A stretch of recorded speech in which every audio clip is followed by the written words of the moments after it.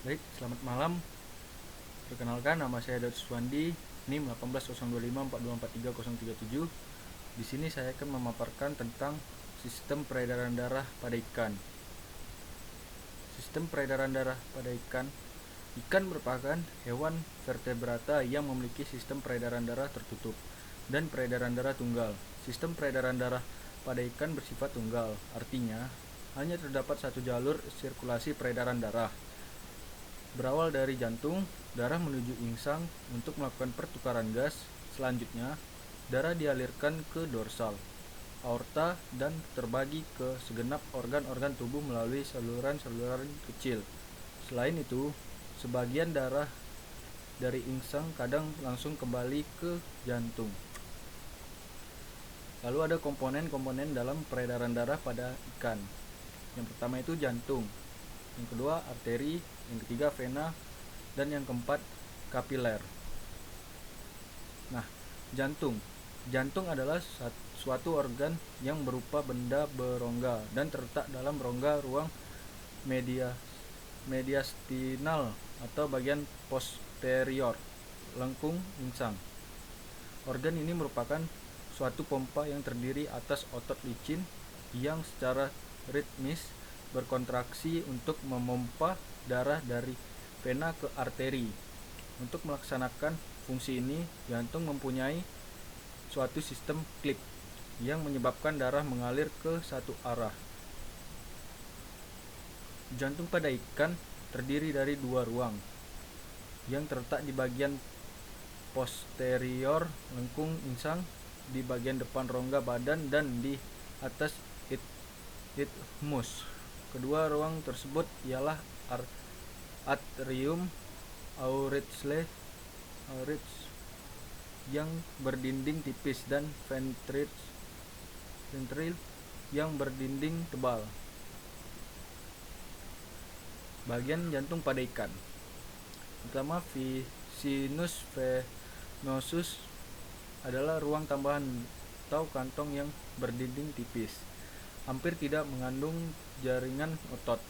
Darah dari seluruh tubuh masuk ke sinus venosus melalui sepasang ductus Cuvierae yang masuk di bagian lateral dan sepasang sinus hepaticus yang masuk pada dinding posterior dari sinus venosus.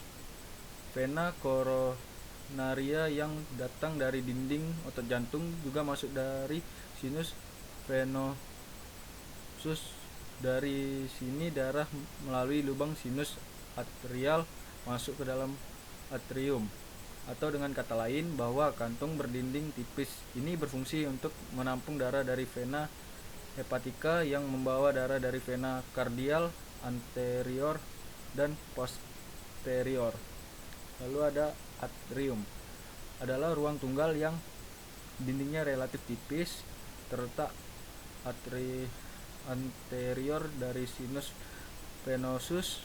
Darah dari atrium melalui lubang atrioventikular diteruskan ke dalam rongga ventrikel. Lubang ini dijaga oleh klip atau katup atrioventrikular supaya aliran darah tidak kembali ke rongga atrium. Lalu ada ventricle, adalah ruang berdinding tebal berotot, menerima darah hanya dari atrium saja dan memompakan darah melalui aorta ventral ke insang. Ruang ini dibentuk oleh dua lapisan otot, yaitu lapisan otot luar disebut kortikal dan lapisan otot dalam disebut spongy.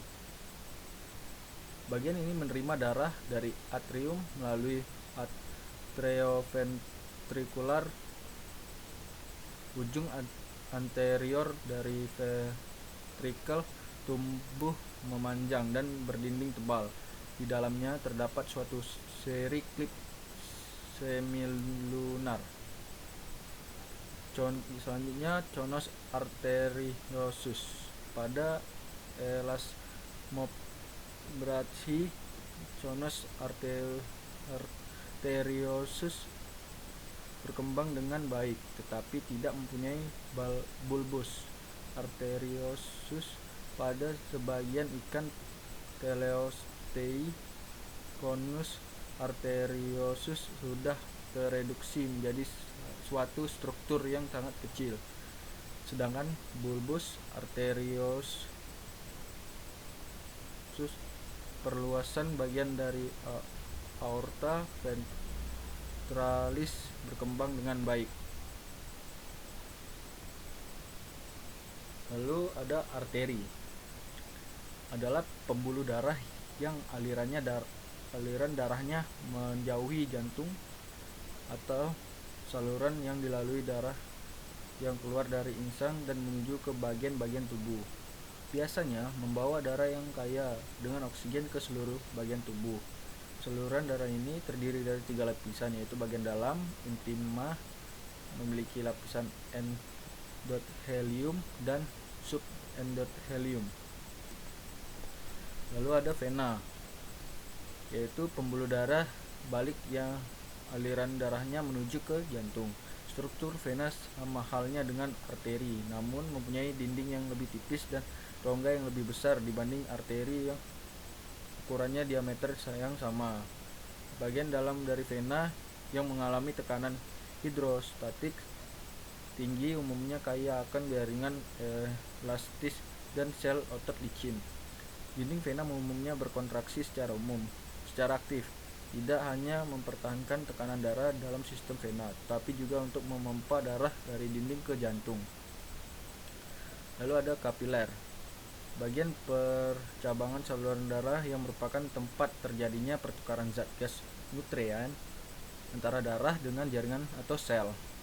Ada 3 macam kapiler darah, yaitu kapiler kontinu, kapiler berpori, dan kapiler diskontinu sinusoid.